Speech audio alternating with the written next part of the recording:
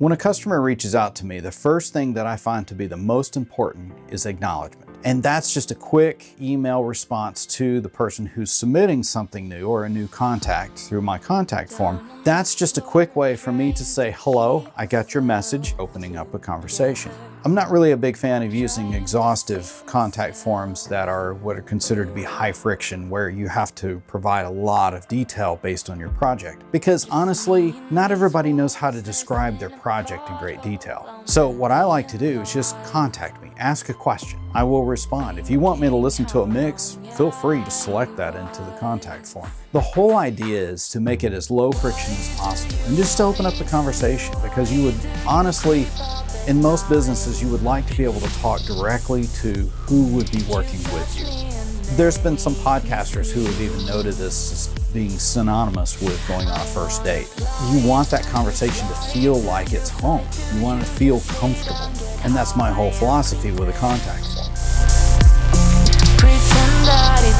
When sending a mix, there's multiple ways to do this. Some people send them as email attachments. I recommend WeTransfer.com because they can handle large file transfers with just a notification link. And I can click on that link and download the file and then evaluate it. And all you have to do is just send it to brian@soundporter.com. That's an easy one.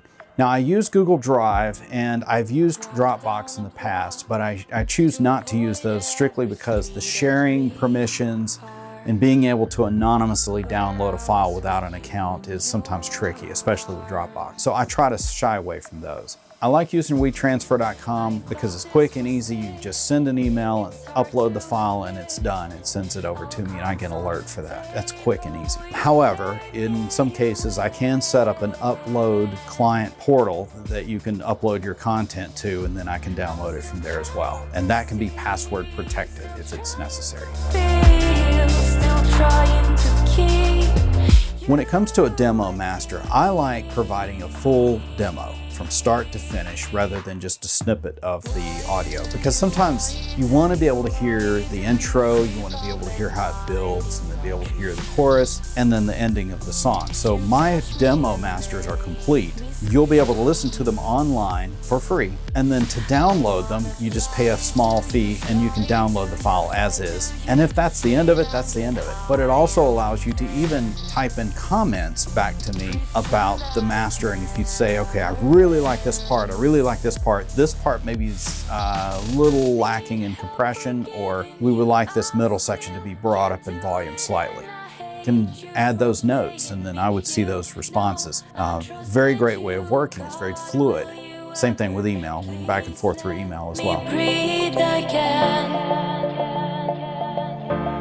After the demo master has been approved, we start talking about pricing. And largely I do offer discounts for many different things, especially when it comes to album discounts, EP discounts, multi-single discounts. And the way that I work those is the discounts are always paid up front. And to get a discount, yes, you'll receive an invoice, you'll pay the invoice, and then I'll start the work from there. If you wait to hear the full master after it's done and then pay for it, I can set that up as well so that you can hear it online. And then if you would like to download it, you can download it. Now, after the payment is made, then I accept the payment. I'll let you know that, yes, I received your payment, thank you, and I will get started on the master. And I will always tell you my estimated time of completion for the master, when you can expect to receive it. If it's an album master, most often I will send you a song that's been mastered from that collection, and that will be my reference points, because I will choose that song, or if you would like to choose a song for me, you can do that. Then we'll master that one song, you'll approve it. Once it's approved, then I can use that as a reference to go back and master the rest of the album.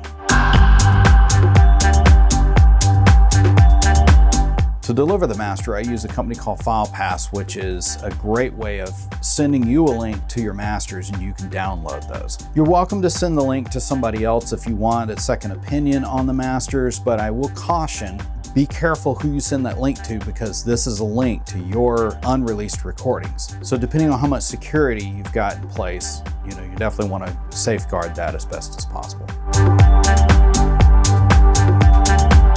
When sending files, I recommend always send a .wav file. MP3s are sometimes okay, but only if it's a last resort, if there's no other version of it that you've got. I always prefer a .wav file and 24-bit depth or higher, sampling rate 48 kilohertz or higher. Now there's a lot of heated debates online about higher sampling rates and greater bit depths and such. I will recommend 24-bit is always best or higher. If you do 32-bit floating point, even better. And there's a reason for that, but you can find that in my ebook. Now 16-bit files are okay.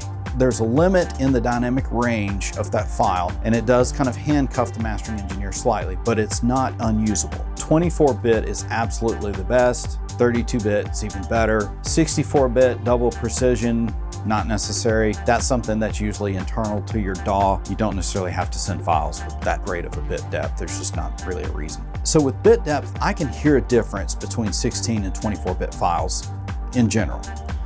Not always, but typically I can.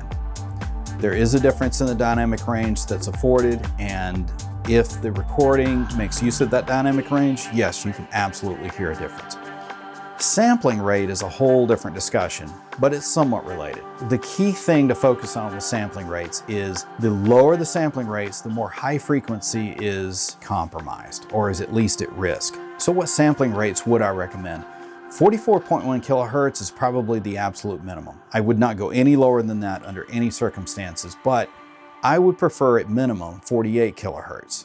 96 kilohertz is even better. I would not recommend anything over 96 kilohertz unless your audience is really a DSD market where the audiophile community is going to be listening to the masters and they want the absolute greatest sampling rate they can possibly get their hands on, which is ludicrous, but it's the industry. And you can find more of this information in my free ebook. Just download it, it's all there. One of the onboarding discussions that we'll have as a new client or even as an existing client is, where do you want to release these masters? Is this going to go to vinyl? Is this going to go to cassette, CD, streaming? Is it going to go to radio?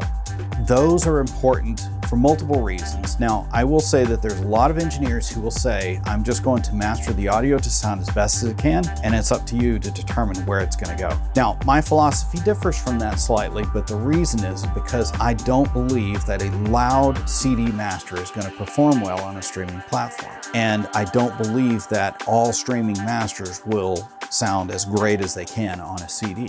That's just the way it works. There's also vinyl. A vinyl master may sound different from a CD master. It may sound audibly the same or sonically close, but it's different in some ways, in some subtle ways, that you can get away with certain things with CD or streaming platforms. You may not be able to get away with those attributes in vinyl. I believe that if you have an artistic approach to a wide bass platform, like for instance, if you have a wide bass in EDM where you've got stereo bass left and right and you want to put that out on vinyl, it's not going to work so well. So we need a different master to rein in the low end and make it more mono so that we're not destroying the record or the lathe as it's cutting the vinyl. So we'll talk about some of those platforms and how everything is going to be put together. We'll talk about song sequence, how you want the songs to play from one to the next, spacing in between the songs. Generally, I'll start that process and just let you hear it, and maybe you'll like the spacing that I put into place. And if you want it closer or further away, we can do all of that. That's very easy to do. The good news is that this is a conversation that will save us a lot of time in the process. Now, when I listen to the mix that you sent to me, if I find problems with the mix, this also gives us a time when I can get back with you and let you know some of the problems that I've discovered. And if I think there's going to be extra cost based on that, and you're not paying anything for that immediate feedback, you're not even paying anything for mix feedback that I may give you. And we'll get into that.